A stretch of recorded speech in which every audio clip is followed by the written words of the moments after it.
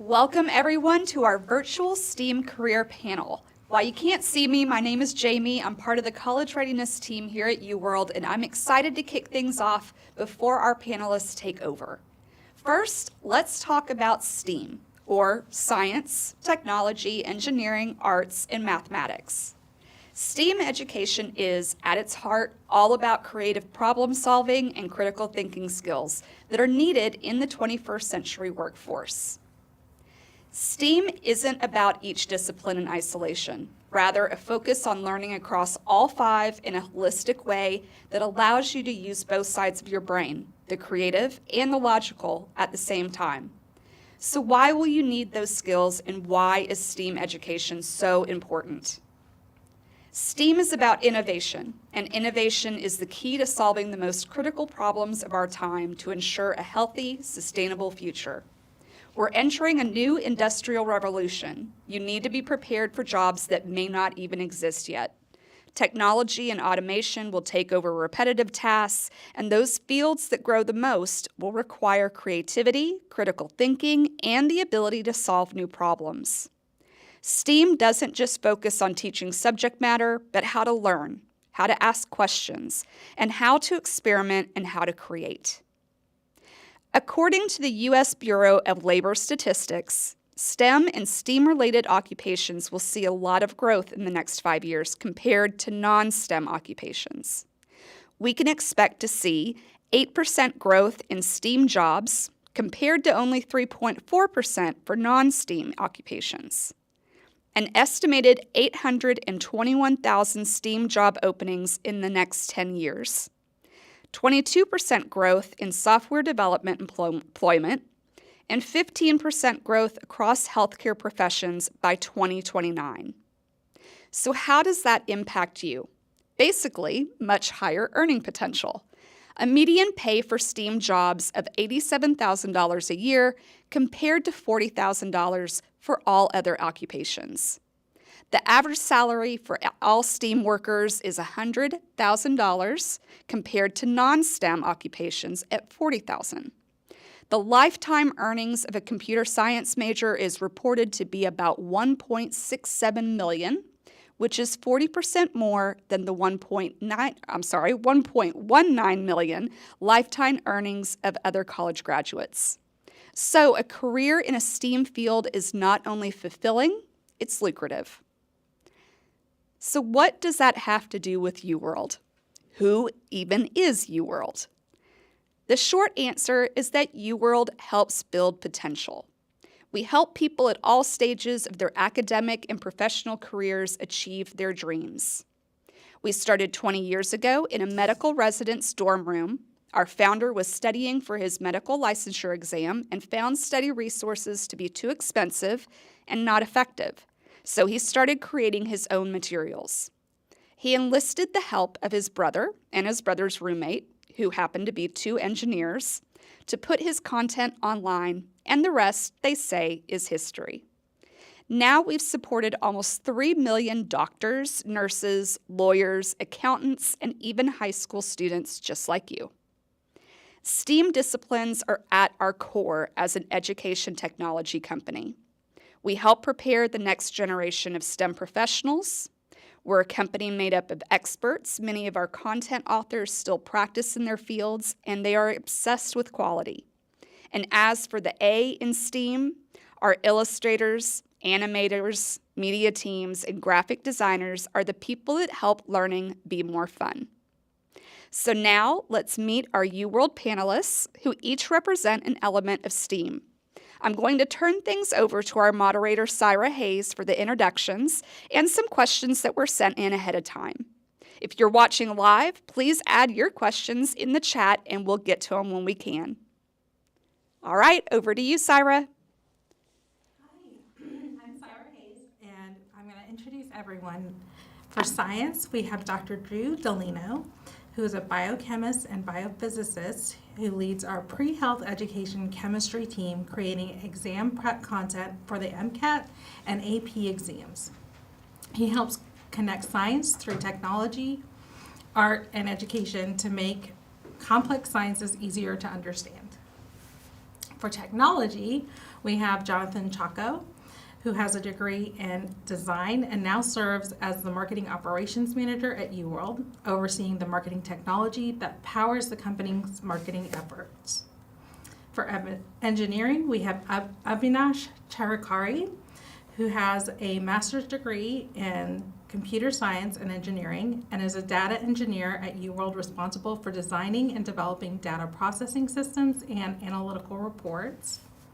For art, we have Cassie Ruff, who has a BS in digital media and is a part of UWorld's talented team of graphic designers, creating both print and digital marketing materials to reach our audience and represent our brand.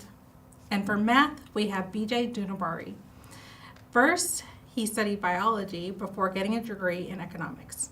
Now he writes content for our finance team, helping prepare people studying for the CFA exam. So I'll kick it off with some questions. First, for Drew and Cassie, what inspired you to pursue your career? Drew? Well, so when I was younger, my parents wanted me to go into medicine. And so even from a young age, I always was learning and studying and focusing on the sciences, chemistry, biology, physics. And I realized when I was studying them that I actually had much more of a passion in the basic sciences, in studying how nature works, rather than the applied study of medicine, which of course is still very important. And so as I was going through college, I realized that was the focus that I wanted to pursue, is getting deeper into the mysteries behind our natural world. And I also realized during that time that I had a passion for teaching, because when I was studying for the tests with my other students in the science classes, we always had study sessions together. We always got together like in the dorm rooms to get ready before a test. And I really enjoyed the opportunity to help all of us together learn how the sciences worked and how we could understand what was going on, not just to memorize things for the test and then flush it, but to actually understand the mysteries behind our world. And so, yeah, it was just basically going through my education and realized that I had a passion for the actual content, not just to get an A, but to actually really understand what was going on, and helping other people have that same understanding. Yeah. My story is quite different, but that's okay. That's why we're all here. I took a art class or a digital communication class in high school and really enjoyed it, but ultimately decided I wanted to be a nurse. That didn't work out. I realized that nursing wasn't going to be beneficial for my mental and emotional well-being, and decided that I was going to revert back to something I was a little bit more passionate about.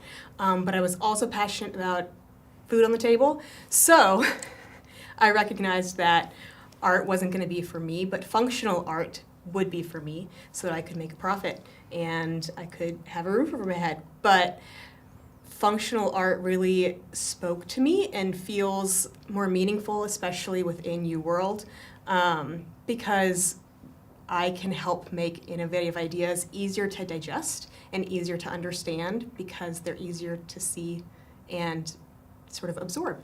So definitely I found passion in communicating smart ideas in a beautiful way. Great answers. Okay, for Avinash and Drew, who do you think is making the most innovative achievements in your field and why? So I'm in the computer science field, and I'm sure everybody hears about AI today. And UWorld is making exceptional, changes and going. We have essay grading where we use AI to give a score to the answers that are given by the students. So incorporating AI into everything that we use every day, be it your smartphones, be it how you interact with UWorld content, and everything is AI is incorporated with AI. And some of the companies that are like big on AI is OpenAI, and we have NVIDIA making all the chips and everything. So but UWorld is also, incorporating and using the technology to be getting technology in the hands of students. Yeah. So to follow up on that a little bit, artificial intelligence in sciences is also getting to be very important. Not just the artificial intelligence, but ML, the machine learning aspect of it. So my scientific background was I was in biophysics, biochemistry, specifically protein structure and structural biology. And recently, I think last year, the Nobel Prizes in medicine was in artificial intelligence and machine learning for things like AlphaFold, DeepMind, that are able to take the decades of data that we've gotten through actual wet science and just analyze it to be able to better predict protein structures and biomolecular structures just through in silico means or through computational artificial intelligence learning from the data that we already have. And so, yeah, I mean, I think artificial intelligence, machine learning is one of the biggest. I mean, there is controversy with generative AI in terms of releasing it as human-made content, but in terms of being able to analyze data and put data together and find patterns across big data that is very difficult to do just through regular human intelligence, I think that's where a lot of the scientific uses of it lie. Great. Okay. Also for Drew and Cassie, what are some common misconceptions about your STEAM field and how can we change those perceptions? I think a lot of times, especially in my industry, is that it's perceived to be extremely technical or only something that's strictly logical. And I think that a lot of times people don't see that there is a lot of fluidity between innovation and artistic and design aspects of things. Like, you aren't going to recognize an intelligent product or an intelligent idea unless it's presented in a way that's easy to digest and easy to comprehend. So having the art side of a STEAM field is very important because it's your job to communicate something effectively so that people are willing to listen. Yeah. So in the sciences, I think there's a big misconception that there's a huge barrier, like an intellectual barrier to getting into it. People think that you have to be like a super genius to get into the scientific field, when really all you need is a passion for science. Yeah, sometimes it can help to, or sometimes it can be difficult to learn, but it's, as long as you have the curiosity to keep trying and to keep putting your best effort into it, that's what you need. A lot of the difficulty that people feel is coming from memorization, whereas really what I find the joy and what I find the beauty in science is in the relationships and having things come together without having to memorize all of the little details, but being able to put things together and seeing the bigger picture. Once I have, all the small details are there, but seeing the bigger picture helps you realize how they all fit in. And BJ, what degrees or certifications are essential to your field, and how did your education prepare you for this role? So I would say that if you're going to pursue, I pursued investment management. I was working at a trading firm before I joined and brought my talents to UWorld. And I would say that majors that provide a focus in mathematics. Math doesn't necessarily have to major in math. There's a lot of folks who do. That might not necessarily give you the kind of career exposure you want, but I studied economics as an undergrad, right? There's a lot of mathematical theory that goes into, the relationships or the theories that come out of economics. There's a strong mathematical foundation, for engineering. There's actually a strong mathematical foundation behind design, and there's a lot of computer-generated art from purely just like equations. So I think that there's a lot of degrees that give you the opportunity to get that type of exposure. A lot of people who work in the financial services industry have backgrounds in physics, have backgrounds in communications, have backgrounds, have wide degree or wide variance in in backgrounds, but really what it comes down to is, do you have the passion to learn, do you have the willingness and the ability to do so? And I mean, math is actually very intuitive. We all have a math side, a logical side of our brains that help us, kind of make sense of the world. So, there are a lot of degrees that can give you that type of exposure. So I wouldn't hold myself back. That's really good. Really interesting. Jonathan, I'd actually like to hear from you on this too, because you pivoted from design into technology. And how did you get any certifications to help you go that direction? Yeah, so I really appreciate what you said about the kind of the passion. But for myself to do design, I mean, I got an undergrad degree, a BA in graphic design, and I also received some certifications afterwards for web design, coding, programming, that sort of thing. But something that BJ said was the idea that, really having the desire to learn more, and something that I think you said as well, is that the curiosity is really important. So that curiosity will lead you into those degrees, those pursuits of certifications, and I think that's where you can really discover what certifications are beneficial for your career pursuit, is in those curiosity points, and where the overlap is between kind of the logical mind and the kind of maybe the artistic mind as well. I think it's important to say too that it doesn't all have to happen at the same time. It's okay to realize that you've done your 4 years or something, and you can find something else that you're interested in, or something else that's applicable to where you want to be, and be open to furthering your education on top of the base that you've already set for yourself.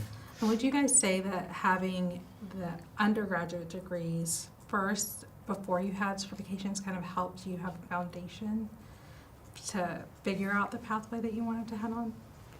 Yeah, I would say that, obviously the undergraduate degree is going to be a first step if you think of it that way. And if you see life as a learning journey, not just, college is the destination and once I'm out of college, I'm done. If you can see life as a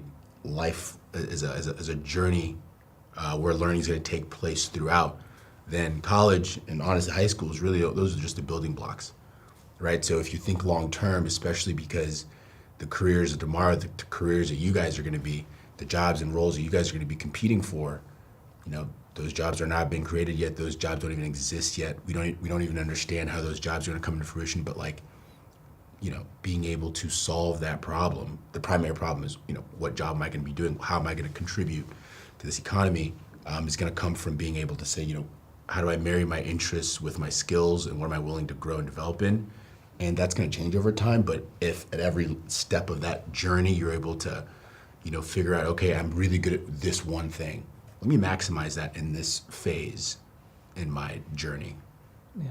And then when that next phase comes, life is a journey, it's a learning journey. Let me try to maximize that next phase. And if you think of it like building blocks, you might start off with, a more technical background, and then you layer on more creative pursuits, or you might start off with a more creative foundation, or for me, it was a very social foundation. Was not getting a lot of studying done in college. And then you layer on, the hard sciences, or in my case, professional designations that kind of align you to, to where your passions are taking you. And just to build on the question of the foundation, for myself in undergrad, I changed majors basically 3 times. So I learned about myself through my studies, through exposure to other classes, through exposure to other peers, and seeing my strengths through my classes, through my classmates, that kind of stuff. So I changed my major, realizing, oh, this was the wrong choice for me. I have a strength here. Let me try it a little more. Okay, I have strength here, but not maybe I don't love this enough to go forward. So my passion's more here. So really, undergrad is foundational to get the degree, yes, but also in that time at school, expose myself to the classes, to the people who became lifelong friends, would also help me understand myself in relation to my passions and to my career. Yeah, super interesting. Okay, for Avinash and Jonathan, what advice would you give to students who aren't sure what STEAM career path to follow? I would suggest is that's why we are here for, and that's the reason we are talking with you, is so that you can listen how a day in each of our jobs will be like and see if that is exciting you. And if that really excites you, you should probably, speak with more industry experts in that particular area and see how you can contribute, like where your thing is, and actually trying and going and exploring and doing small projects, doing small internships or volunteering in any activity and see if that is something that you should go forward. And that's how I started, and that's what my recommendation is. Yeah, I mean, I agree with that. I've mentioned that, I think, previously, but I grew up knowing that I liked figuring out how things worked, because I would take apart remote control cars and then build robots out of them. Although I do nothing with that like that now in my career, I realized that I just like discovering how things work. And I think, over the course of my high school and undergrad, I didn't know what I wanted to do with my career. I didn't think I would be a marketing operations manager for UWorld. That wasn't what I grew up dreaming of. Thought maybe I'll be a doctor, maybe I'll be a computer scientist, maybe I'll be an NBA player. I didn't know I was going to be at the time. But I learned more about myself. So I would say expose yourself to the other disciplines in STEAM, yes, but also like extracurriculars too, to understand more about yourself. I think self-awareness is a huge part of this, knowing what you like to do, pursue, and also being aware, like, what are you able to put hard work into? Because I think that helps define what you're able to excel at as well. I think all of us experience failure in the process of pursuing our degree at some point, and so you have to remember you're going to fail at some point, but it's important to try again, try the next thing. Just as you say that, I broke so many TVs, mobile phones, and so many electronics. And now looking back, I look at it as taking things apart and learning how things work and putting it together. What really pushed me into computer science is figuring out things and basically, how, as you said, taking out the RC car, using the motors to build something else. That's basically what I did with all TVs and stuff. And that's how you would learn. Yeah. Be curious. I think that's the lesson there. Yeah. And I will say this, Jonathan does do that a lot for me. I give him things to design that are really hard, and he figures out the hard coding behind it a lot. So even though he says he doesn't do that a lot, he does it a lot for me. Even if it's not tangible. It's coding, and it's the same kind of mindset. It's the willingness to take things apart and break things down and say yes. Say yes to a creative challenge instead of saying, ugh, it's too hard, I don't want to do that. So that's a really great mindset to have when you're approaching any kind of STEAM field, I think. Okay, next question for Drew and Cassie. What skills or subjects from high school were the most helpful in preparing for your career? For me, honestly, I draw on a lot of the subjects I took in high school. I mean, even just English for copywriting, InDesign, math a lot to figure out, and geometry to figure out where things play well on a layout. I also really enjoyed or really found useful like logistics classes, because I do have my own business apart from UWorld, and sales classes. So those kinds of things have really helped me have more of like a rounded education, and it helped me figure out what I wanted to do later on in my career. I've shifted a lot. I started in nursing, I think I mentioned, and then I worked in the wedding industry for 13 years, and now I'm here. And so definitely doing extracurriculars and allowing myself to work within different subjects really has been super helpful for me, even in a design career, because you don't understand how much plays toward being a well-rounded just employee in general, because it makes you a lot more hireable and it makes you a lot less fireable. We all know with Luca that everyone's fireable. So in my field, obviously, the natural sciences were very helpful. But besides that, computer science was something that was very helpful in getting my degree, and is still helpful now, because sometimes I have to use some of that, soft coding skills. I'm not as talented as some of the other gentlemen here, but I still use some of that skill here, even at UWorld, to like analyze data or to help out with some technical issue that we're having. What else? Something that I didn't actually take in high school, but I kind of wish I did, because I think it would have been helpful, was statistics and other more mathematics. I did take calculus, but specifically in science, it's statistics and being able to analyze data and see what's statistically significant or not. That's something that, it would have been great to have a more formal background in when I was even in the high school age. And then arts was always very grounding. I didn't do the visual arts, but I did fine arts with music. And that was always something that helped keep me balanced and Same. grounded. Yeah, I played the cello. Oh, yeah. It's been really helpful these days. Yeah. I played the clarinet in band, and one of so Elizabeth in animation, she's been trying to get me to join the community band here in Irving. That's fun. That's fun. See, and those kinds of things, you never know who you're going to meet. Yeah. And it's a lot about who you know. And it's really helpful. Those kinds of things when you're networking, which networking is very, very important, which I'm sure we'll get to soon. But having kind of those different viewpoints, or being a well-rounded student, or taking those extracurriculars is going to put you in positions to meet people that you didn't know could help you in your career and in the future, even if it is playing the clarinet and you're in science. Okay, again, for Avinash and Jonathan, what advice would you give for moving up in a STEAM career? Are there specific strategies that worked for you?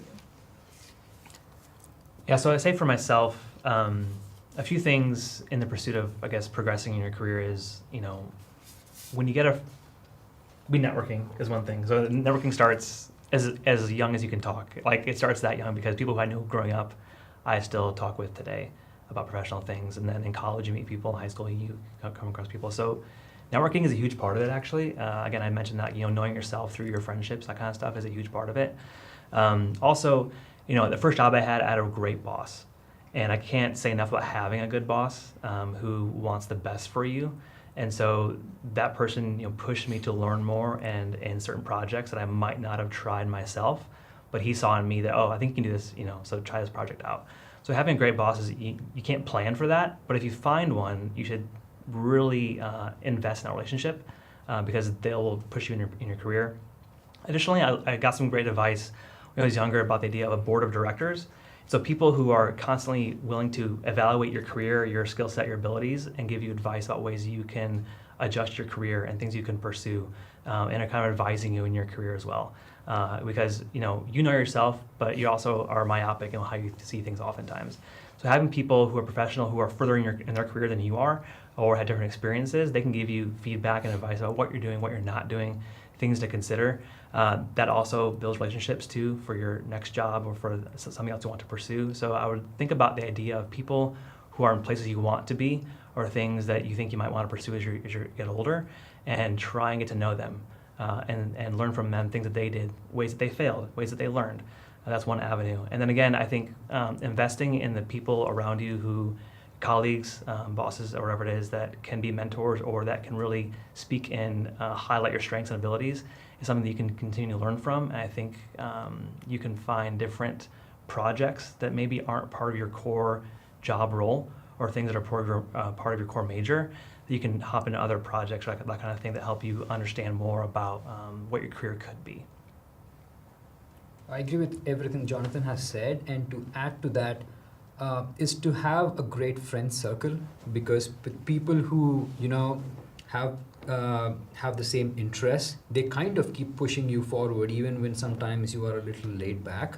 And sometimes if I want to do a project and I might not have all the skills to complete that project, and if I have friends who who can contribute a different skill set, and as a team we go forward and basically accomplish the new project, and I'll also learn new skill set. So in STEAM, I would suggest is anything basic curiosity. It's never ending. It should excite you anytime you want to learn something new, and that's what you primarily need in STEAM.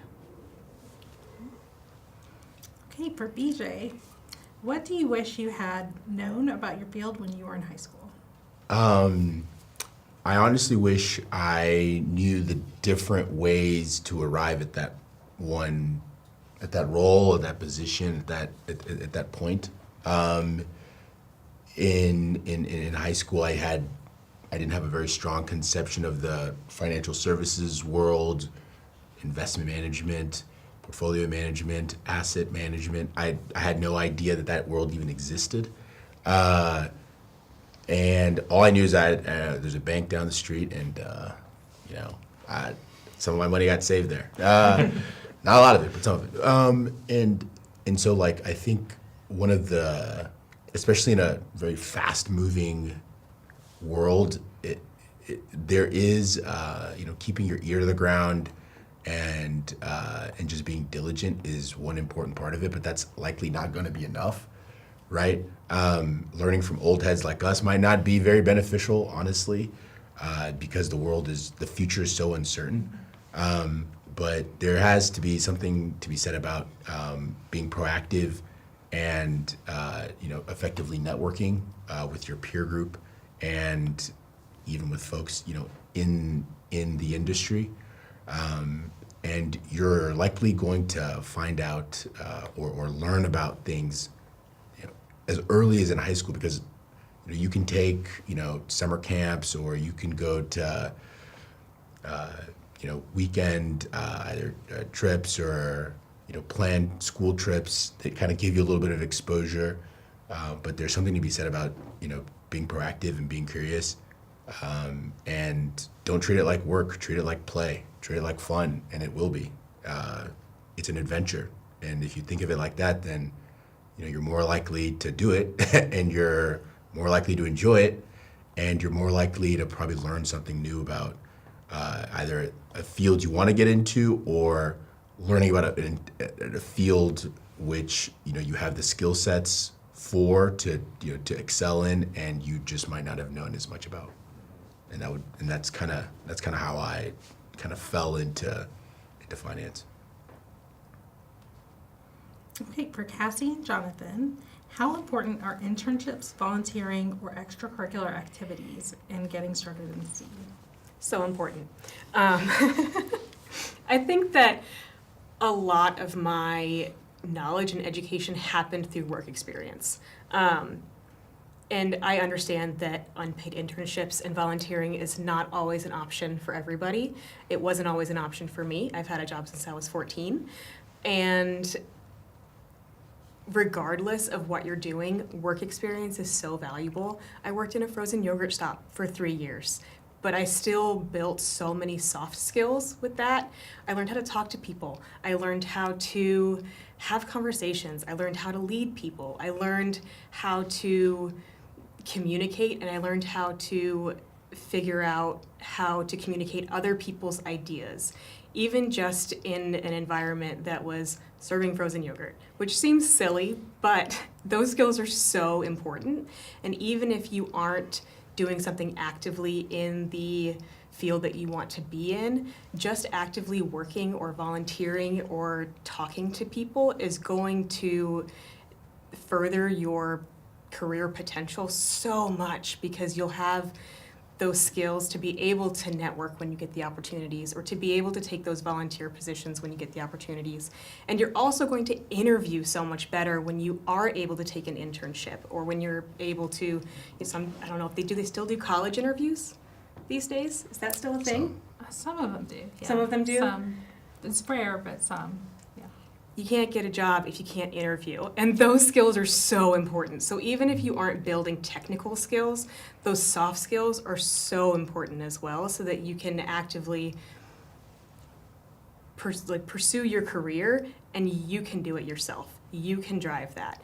Nothing about your personality is going to get you a technical job unless you are building those soft skills, or if you're getting, in my job, my portfolio mostly got me this job. However, if I couldn't interview and work with a team, I definitely would not have gotten it, especially at UWorld, because we are so team-oriented and we all work together so closely, that those skills and being able to just do this is very important. I'm not sitting here designing on a computer right now. I'm talking to you guys. I'm talking to the team. So I think that those things, even if you aren't able to actively have an unpaid internship or a volunteer position, just work experience is so valuable. Yeah, I can't really add much to that, honestly. But I will just say, the idea of volunteering is just the whole idea of, in extracurriculars, is really exposing yourself to more opportunities. and getting to know more about the world around you, and I think in the same time learning more about yourself. So extracurriculars, music, sports, other after school activities, those things. Yes, you network. Yes, you learn more about just at different parts of yourself, which I think is just invaluable because that prepares you for the various things in life, just like job interviews are. Also in volunteering, I think we think of volunteering for a skill or job you want to have, but also volunteering for a cause you care about. The idea of growing your heart and mind and for people around the world or things around the world is very underrated, I think, when talking about STEAM. And I think you bring all those things you experience, however old you are, into your career. And those experiences, those problems you see, those people you meet along the way, those situations help you problem solve, help you tell better stories about yourself and about ways you want to improve the world as well. So don't negate those opportunities that aren't tied directly to STEAM or to a career, because really growing your heart and mind for the people in the world around you is so important. That's a really good answer. I know a lot of kids out there think that they've got to have the perfect set of things, a checklist of things on their resume or on their job, or not job application, their college applications. But what Jonathan and Cassie both said are really, really important. Like, you have to pursue who you are and learning who you are, because you might be thinking, I'm going to go into this major, but just as you've heard from everyone, there's a chance you could pivot. So be prepared and prepare yourself to be relatable to a lot of different people. That will make you more appealing to colleges than anything else. Right, I have a few more questions for y'all. For Avinash and Cassie, are there opportunities to enter your field without a traditional 4-year college degree? Okay, I'll go first. Computer science is so broad that some fields require specialization and some fields do not. Take, for example, data analysis and things. You would probably could take courses online. You could probably complete them in 2 to 3 months and you would be able to get a decent job. But the more skills you add on top of the skills that you currently have, they do require some specialization degrees and everything. But to start with, you would probably not require a 4-year degree. Same thing for graphic design.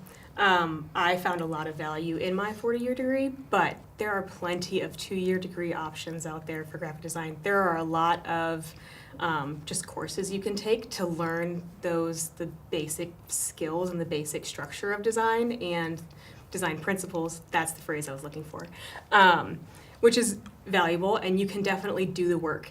However, I found a lot of value in the other courses that I was able to take within my degree, because I learned things like logistics, I learned sales, I learned management within design or within a creative field. I learned a lot about, so my focus is in print production. So I took a course where the only thing that we did was tour different large print facilities in the area, and I got to see a lot of different like production level sort of things within the business that I wanted to go into. And without having, I think we visited 8 different facilities that semester, without having 8 different internships, I never would have seen the behind the scenes of those. And that class really helped me learn the practicality behind what I was learning, which is so important. I mean, job experience is definitely important, but if you can find something that allows you those opportunities that you don't usually get on your own, unless you're annoying, I guess, and knocking on people's doors. That's not annoying. That's smart. But there were so many things for me that I valued within my education that wouldn't have necessarily come to my mind had I just been looking to be strictly a graphic designer that was focused on a singular thing. And doing multiple projects actually gave me more skills, because as you are trying to solve a problem, you encounter small things that you might not know, and you gain more valuable skills doing multiple projects, and those really add up when you put them on your resume. And what I observed is, as you know, people hire, those are really something that people look for when they're hiring people. For Jonathan and Cassie, how do you stay up to date with new technology and advancements in your area? Yeah, so in the area I work, there's a few ways I do that. One is I'm a part of a lot of professional groups. So people who have my job title, my job role, we talk to each other about what we're doing every day.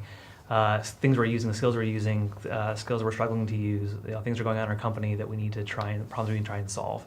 So talk to a lot of people who are in my profession to learn what they're using for their job. And oftentimes I hear about technology I haven't heard of, or I saw it before but I didn't want to risk trying it. And then they encourage me to give it a shot because it's working for them. So talking to peers is one area. A platform like LinkedIn is actually really great. I, again, follow people across various skill sets, various professions, but they post a lot of content and ideas around technology, things to use. So I learn a lot there. And the other areas, I'll actually look at other jobs posted that are my same job title, because they talk about all the technology they use at their company, talk about the process that they're using at their company, things they're trying to solve at their company. I'm like, oh, I should consider learning that thing, or that would be beneficial for our company or for my job role. So those are the three main areas where I see and learn about new technology. For me, I'm lucky that the software that I typically use is very driven in making sure that we keep using it. So they put out a lot of content, educational content, to make sure that we stay up to date on any updates or any improvements or any efficiencies that they create within the software. So I keep up to date on those. And then also, just like Jonathan, a lot of social media just to get inspiration. And there's a lot of people that have more information than I do, and I'm always willing to learn from them. And the great thing about social media is people keep it short. So it's easy to learn a lot in a short amount of time. But yeah, I mean, seminars sometimes my field especially changes a lot. There's always something new out there. Obviously, AI has contributed to that a lot. Generative AI is questionable for me, but there are a lot of positive uses for it, and it makes my job more efficient. I can be faster and I can do better because I have a lot more perspectives. And so just honestly doing the research, staying online, staying active within the design community. I also am a part of groups and message boards that are designers, and seeing what people are using and what people are bringing to the table. Also having a lot more, that helps with a lot of diversity too, because you get to see so many different perspectives and from different cultures. The internet is a magical thing, because I can see somebody's designs in Europe or Africa or Asia, and I can apply them to my work as well. So definitely staying online chronically, and making sure that I keep up with software updates and the things that corporations put out for our free use. I think that's a great tip. Being online, we all know we're all going to do it. I mean, we're all going to be online, so making it a little bit productive once in a while, and looking for these kind of skill sets. I think that's really great tips. Okay, so these last three questions that I have, and I see already that we've gotten some questions from y'all, so keep them coming. We'll answer as many as we can. But these last three I'm going to ask to all of y'all. What one piece of advice would you give to your high school self? We'll start with Drew. I would just say be curious. Take as many electives as you can, as you heard from all of us, basically. We all sort of pivoted at one point or another in terms of what we thought our career goal was going to be. So yeah, just take as many electives as you can. If there's something piques your curiosity, just look into it more, see what ignites your passion, because it will probably change over the years. And you don't want to make a long-term decision before you have all the information that you can get. BJ? I'd honestly say, take more chances. I don't think I took enough chances. I don't think I sold myself short. I didn't give myself enough credit. I felt like good was good enough. Good isn't good enough. So take those chances. Roll the dice. Even if you don't have enough information, take it, and at least you'll learn. That's always a good positive. I would say sometimes when you're definitely take more electives, and I personally feel it's not just to tell you what you like, it's also to tell you what you don't like and what you don't enjoy working on. So the broad the broader that you think, you understand, where you like to be in and where you don't want to be in. So experiment, fail, stand up, and try again. That's what my best advice would you. Are you gonna answer? Oh, me? I'm kidding. My answer is don't subscribe to imposter syndrome. It's not a thing. Everybody starts somewhere. Everybody starts with the basic level of knowledge or skills. Everybody is at a different point in their careers.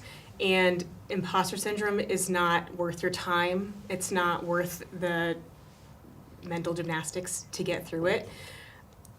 You are going to, as long as you push yourself to the best of your ability, you're going to make it, and you're going to be better than half the people in your industry. So tell your brain to stop. All great advice. I would just say, with all the things that they've all said, be kind along the way. Everyone starts at zero at some point, and that could be you now, but a year later, your friend's also at zero. Be kind, teach, and be helpful along the way. Great answers. Okay, Cassie, since you called me out, I will answer yours. So my one piece of advice that I'd give to my high school self is as long as you are in a safe space at home, if you feel safe at home, don't be afraid to have a hard conversation with your parents if the direction that they envision for you is different from what you are really, truly passionate about. I see a lot online, a lot of kids, especially from people of my cultural community, being afraid of how to please their parents or their aunts and uncles and their family and their community. And it's your life. And you shouldn't have to get to be my age to realize it's your life and then have a midlife crisis. You can have a hard conversation when you're young and live your life from the get-go. So don't be afraid of it. Okay, so next question. I'm going to combine this with one that we got from the audience. What should I be doing now in high school to prepare for a career in STEAM? And do I need to join any specific after-school programs? And we'll start with you, Jonathan. To address the question of after-school programs, there's none that come to mind for myself, although I know there's a lot of like math clubs and chess clubs, that kind of stuff, that I know people benefit from. But for myself, it was really actually the sports and music that really helped me a lot. And then as far as things that to do in high school to prepare myself for STEAM, I really was exposing myself to a variety of topics. And really the idea of the yes and, I can't remember who said that, but yes and, being willing to say yes to that one thing you're asked to do, and then think of something else you can do with that. So I wouldn't decline opportunities to do more, to learn more and do more. Yeah, same. I was a basketball player because I'm so tall. And I was also in music, played the cello. But just having, honestly, any after-school programs, anything that's going to make you more well-rounded, anything that's going to make you experience other people as often as possible. Don't keep yourself in a bubble. Be willing to join those groups, even if you're unsure if it's something you'll enjoy. The worst they can do is kick you out. But if you're nice, they probably won't. But yeah, anything that you find interesting, I would be involved in. Great. Yeah, just to add to that, sports, anything that is outside of what you usually do, and basically the goal is to connect with as many people as possible and learn from as many experiences as possible. So anything that gets you both of those, I would just say go ahead. I would say, go outside of your comfort zone. This is the time to, pick something that maybe you're not very good at, and learn from people who are good at it. Like I could have benefited from joining Mathletes. the mathletes, Yeah. or joining a musical instrument, but I didn't. I felt like I played football, I studied, that was my life. I didn't look to expand beyond that. I honestly feel like there's a lot of room for opportunity there. So, But do he's still something. successful, so it's okay. So yeah, so you really want to, you really want to step outside of your comfort zone, because now is the time to do it. There's virtually no cost to you to stepping outside of your comfort zone. And you have plenty of time. Yeah. Yeah. So one other thing that I would like to add to what all the other people were saying was to just, talk to people, people to see what kind of opportunities there are out there. Like what BJ was saying before, he didn't have any idea about the world of finance when you were in high school. And because, we're not necessarily exposed to that type of stuff as a high school student. And similar to what Cassie was saying, like internships, it doesn't have to be an internship, but just go talk to some other adults and try to get a feel of the day-to-day of their lives, like a friend's parent or someone else in your community. And just to see like what you can do with a degree in science or a degree in math or technology or engineering or art. Because there's so much more that is out there than you necessarily think of as a high school student. Yeah. So what's great now for you guys is that you have the internet. When I was in high school, it didn't exist. I'm that old. So you guys get to explore on social media and on the internet and check a lot of things out. Don't be afraid to check things out. Just like BJ was saying, like stepping out of your comfort zone, and don't talk yourself out of it. Like you do not have to have a certain number of cool points to get into whatever you're trying to go into. I know for me in college, I wanted to join a sorority, and I talked myself out of going to brush and the interest group meetings and things like that for several years, and I didn't join until my junior year, my third year of college, and it's one of the most fulfilling things that I have done in my entire life, and I was just afraid that people wouldn't think I was cool enough to be in a sorority. So don't talk yourself Hard out of it. disagree. Well, thanks. By the way. But I was a lot quieter back then. They actually taught me how to talk and be more confident in myself. And that's the kind of thing that you get out of joining different opportunities that you may not see yourself as the right fit for. And also, like a lot of people have mentioned, thinking outside of the box, that STEAM isn't just robotics. STEAM isn't just chess club and math. Like it is arts, it is a lot of other things. And in terms of like sports, several people have mentioned sports. There is so much data analysis that goes into sports nowadays. If you watch some shows like Hard Knocks and things like that, which is about football, you can see how much the coaches are actually using software and technology to analyze the success rates of different plays and things like that. So you just never know. You never know, just like BJ was saying, just like many of us have mentioned, the direction that things are going to head into and fields that are going to open up that connect to your true passions that incorporate STEAM career paths. Okay, so last question from my bunch, and then we'll get back to your questions. How has diversity in your field changed over time, and how can students help promote inclusivity? And that's for everyone. I know in my field, and it's kind of marketing technology and that kind of stuff, it used to be male-dominated. So the marketing field is not male-dominated anymore, but also in technology space, it's no longer male-dominated. There might be a majority, but barely. And so there's a lot of shift there, and I think promoting that is really just the idea that so many people can do so many different things. Just because you were brought up one way doesn't mean you have to do one certain thing. I know for many of us, our parents wanted us to be a doctor or something like that, and most of us here aren't doctors. So I think the idea you're a doctor. But the idea that you don't have to be something because the culture says you should be that way, or because your family says that thing. So I think the idea that you don't have to fit into some kind of mold, and just having that constant conversation, and then being willing to highlight people who don't fit the common mold or common picture of those professions is a huge part of it. I think in my field, especially in graphic design, the internet has been such a huge asset just for communication, because before the internet existed, we could only pull from what was in front of our face or inspiration and see what we were surrounded by. We were in a bubble.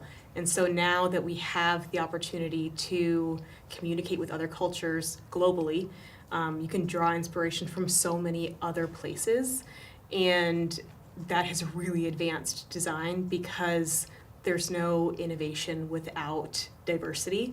And I think that it's really helped design move forward so that it can communicate the right message to the right people because it has so many more perspectives coming in nowadays.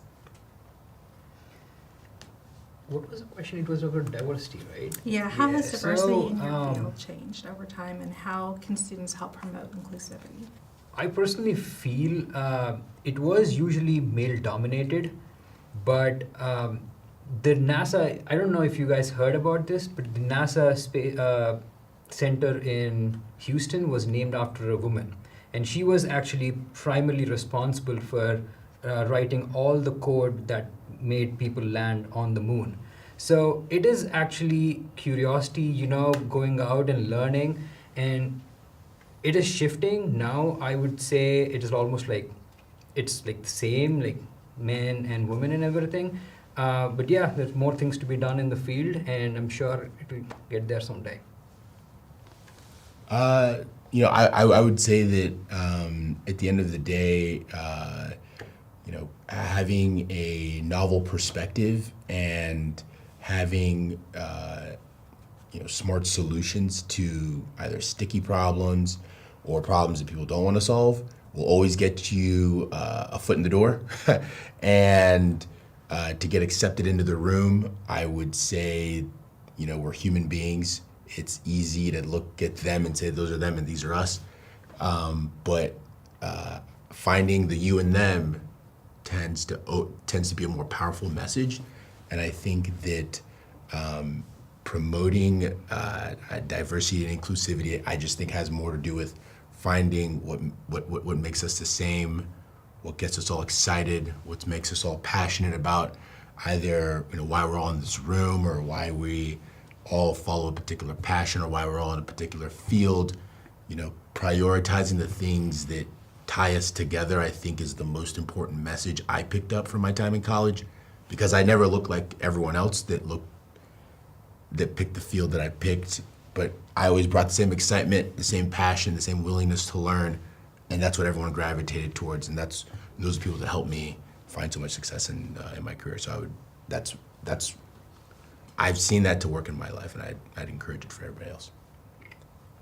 Yeah. And yeah, you know, in science, one of the big jokes is that it was all done by a bunch of old white guys. And historically, those are the more famous ones. But modern science in today, it's much more diverse, much more inclusive. My PhD advisor was a South Indian woman. And, you know, I learned so much from her. And kind of like what BJ was saying, it's not just the cultural inclusion, but also like the diversity of perspective and background that gives a new and novel way to look at things, a new, different way to approach problems that are different than, you know, what a monolithic culture might do. And so I think definitely having a diversity of cultures and backgrounds helps people get more involved, but also brings perspective that ultimately betters the field. And to add on that, for what students can do, I think honestly just being open-minded and listen and be kind. It's Jonathan's message of the day because he's a good person. And kindness goes so far, guys. It goes so far, and it's not hard at all. It's really easy to be nice to people and to listen and to respect other perspectives and to integrate those into your own life. That's really great advice. Okay, we're going to switch over to some of the questions from the audience. How can I get more experience with STEAM projects like robotics? There are a lot of school competitions that I built a small RC robot and basically, you know, going to these like school competitions and making them run against a different competitor's RC car or something of that sort would really help. So going to your university projects. Like MIT has a lot of projects that they run every month and every year that you can sign up for and build and give your proposals. So that would be a good start. Yeah, and this is again where the internet comes into play. If it's not at your local school, like we were just talking about diversity. I grew up in the middle of nowhere in Appalachia, and so we didn't have a lot of opportunities. But look at the internet and see what's out there, because sometimes you might be able to like hop onto an opportunity that's outside of your immediate area, and resources like your school and your like maybe a local college might help with whatever project that you want to do. So like Cassie said, be a little pushy, push for your ideas even if the opportunity isn't right in front of you. All right, next question.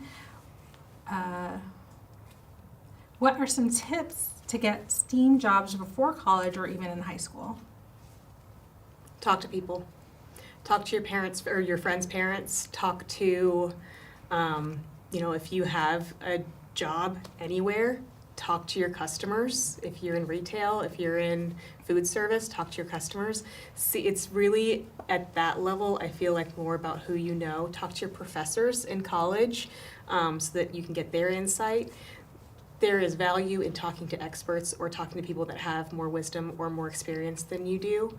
And I think that that's really going to be the driving force. I mean, you can always do job searches online, but there's going to be 300 applicants. I don't want to discourage you, but talking to people is going to make a big difference. I'm going to piggyback off of what Cassie said. One thing that I love that people do is they reach out to me on LinkedIn for informational interviews. I've had several college students do that over the year. In fact, in a couple of weeks, I have an informational interview with someone coming soon. So I just want to encourage you guys to take it into your control and know that you can be a little bit more proactive with reaching out for those opportunities. Well, thank you guys so much for your attention. This has been a great session, and a huge thank you to our panelists for dropping some knowledge and giving us behind the scenes look at the world of STEAM. Your stories and advice remind us that the future is full of possibilities and it's ours to create. And to everyone tuning in, whether you're building your first robot, designing your dream app, or just figuring out what sparks your curiosity, keep going. Every step gets you closer to discovering your path. Before we wrap up, here's your homework. Stay curious, ask questions, and don't be afraid to try something new. The world of STEAM is waiting for you. Thanks again for joining us, and now go out there and make some waves.